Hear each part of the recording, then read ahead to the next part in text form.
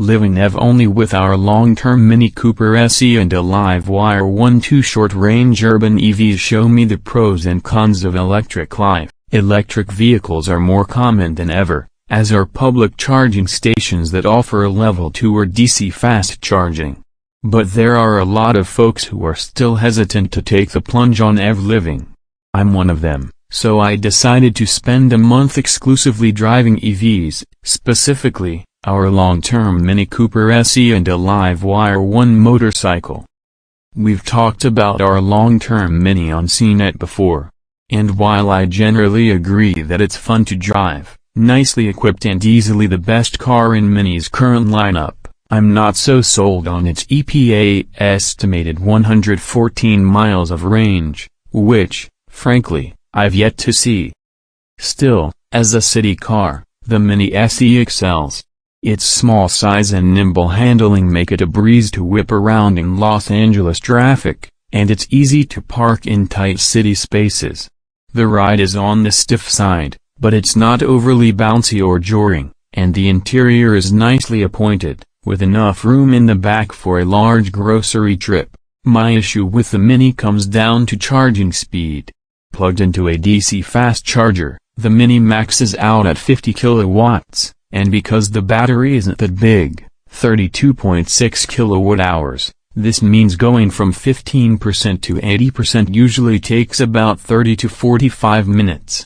If this car had more range, that wouldn't be too big of an issue, but it's less convenient when you have to charge this frequently. I understand that a lot of EV buyers will likely install a level 2 home charging setup, but not everyone can. Looking at you, people who rent or live in apartment or condo complexes. As basic transportation for me and my wife, the Mini is good but not ideal. With a few modifications to my home setup, I could make it work easier, but in a world where I need to rely solely on public charging, a longer range EV is a must. More range means more money, though, and the Mini SE's $30,750 starting price, including destination, is definitely attractive. Like the Mini, the LiveWire 1, the new name for the Harley-Davidson LiveWire I reviewed in 2020, doesn't offer a staggering amount of range, but that's less of a concern on something as specialized as a motorcycle. The LiveWire will do over 100 miles in the city when ridden in a spirited fashion. It's very cool, when you get above 60 miles per hour. The sound of the wind rush overtakes the sound of the electric motor and tires, so it almost feels like you're flying. It's addictive. The LiveWire is capable of DC fast charging, but as with the Mini, the experience is a mixed bag. I frequently have to disconnect and reconnect the cable in order to get the 15.5 kilowatt-hour battery to charge.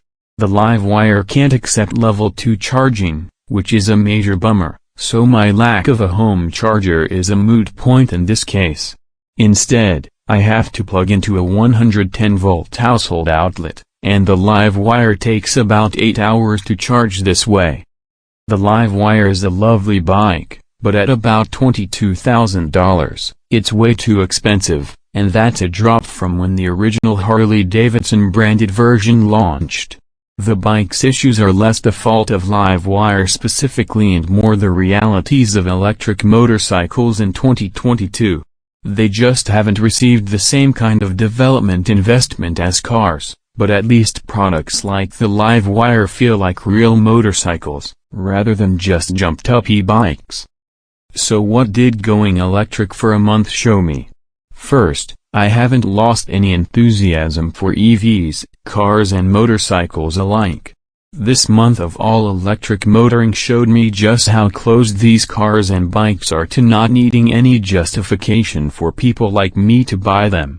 Get a home charger and you're fine. Now I'll just wait for the public infrastructure to catch up.